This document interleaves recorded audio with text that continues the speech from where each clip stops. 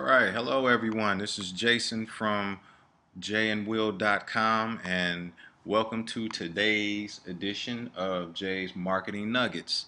What I'm going to do is this is the first in a series. I'll probably try to do one of these every day where I just come in and in a few minutes I give you a really quick tip on something that can make a difference in your business. So today we're going to talk about Facebook ads in the Power Editor.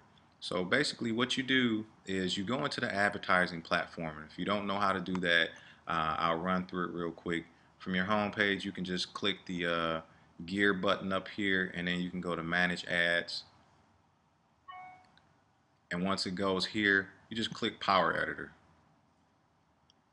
And what happens is when you first come into the Power Editor, the first thing you want to do is hit the download button. That updates the Power Editor with all your most recent campaigns, posts, and everything else that has anything to do with your Facebook and all of your Facebook pages. So once that's done, you can come in and you can create a new campaign. So let's go to campaigns and create a campaign. So you go to campaigns.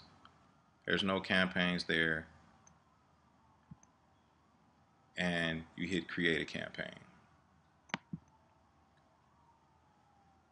This pops up and everything's going to error out at first because it's not filled out. And the way that things work, it's kind of backwards, but just bear with it. So test campaign.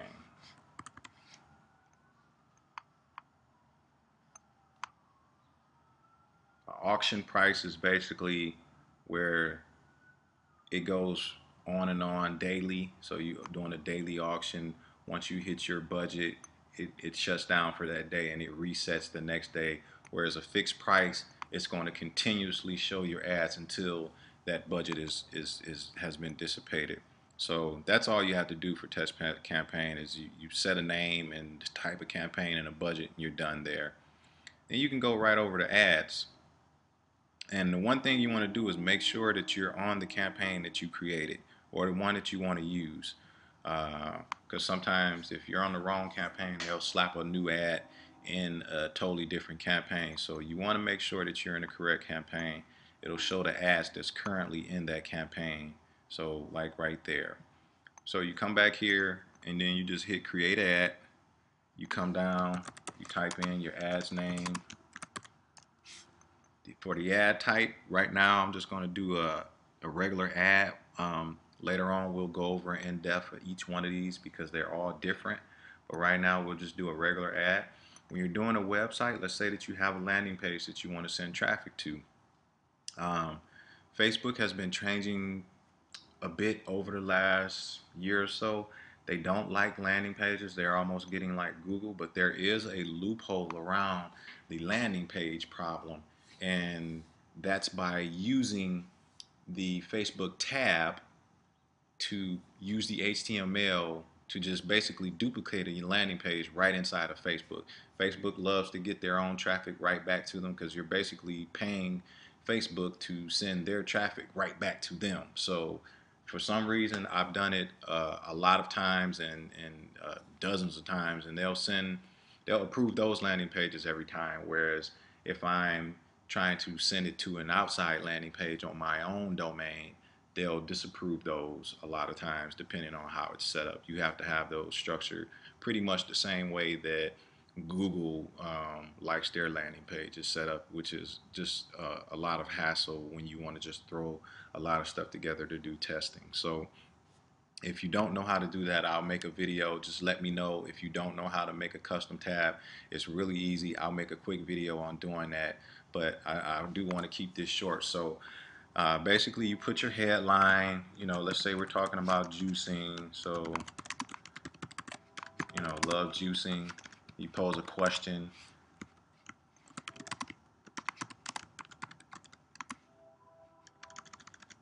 and click like. You know, really simple. People, the image is going to be everything. You're going to want to choose a image that's going to catch their eye. I like to put a red border around images. Those draw a lot of attention. So it's really the image. You can do a lot with these, but you basically want to get something that's going to be re- directly related to what it is you're targeting or the people that you're targeting, and it's something that's going to stand out from the rest of the ads that's being advertised, because you want to get the higher click-through rate. This is some more of the advanced stuff. If you have tracking pixels, right now that's way too advanced for most of the people that's going to be watching this, so I'm not even going to get into that. When you go to your audience, you want to use your targeting. I've had videos talking about targeting, so I won't get into that. But you know, with juicing, we want to talk about, you know, there was a documentary, and I don't know his name offhand, but there was a guy, and I know he has a pretty big Facebook page that he juiced and lost, a few hundred pounds. So, you know, you can just target people who's juicing for health, juicing in general, and as you'll see, you'll start to get a decent reach.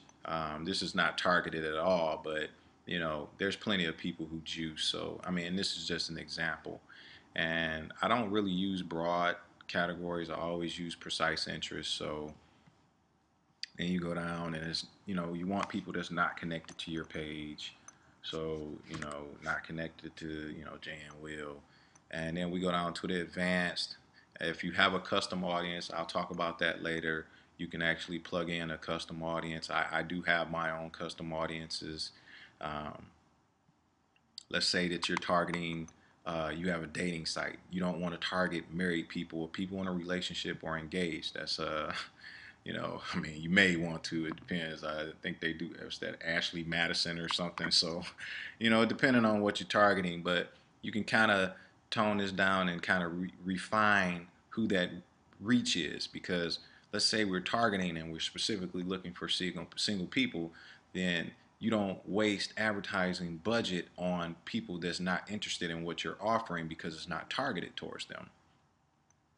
With the pricing, if I'm going for likes, I like to do this. So like say you're building up a fan page, I'll do CPM, and let me see something. For a website, you can only do bids, but let's say that we're going to a Facebook page. Now you see that Facebook offers to do an optimized CPM for you. That's why I say it's always better to send the traffic back to Facebook if you can. So instead of sending to a landing page outside, if you can recreate that landing page in a tab in Facebook, you can get cheaper traffic by going through them. I like to do optimize when I'm doing a like campaign, or you can do a cost per click, and then I bid on my own. Usually I bid higher than this, so they're suggesting like 10 cents. I'll bid, like a buck just to get it started. Once it's started, I lower my bids, and I keep lowering it as far as I can go to get the cheapest clicks. So like if my bids, if they come in and I'm at like 20 cents, um, I'll lower mine to say 17 cents to see if they'll still show my ads. If I have a high enough click-through rate, they'll give me that rate, but if my ads stop showing, then I know I need to go back up, and you kind of just keep working your way down, and that's how you get the cheapest clicks possible. So let's get this set up. So let's say we're going to do an optimized bid.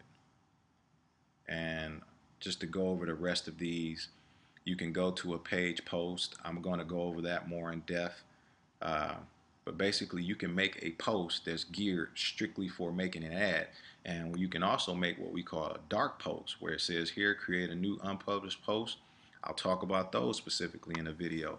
I want to keep these videos under 10 minutes. So, like I said, these are little nuggets. So it'll be a lot of them. I'll do one every day.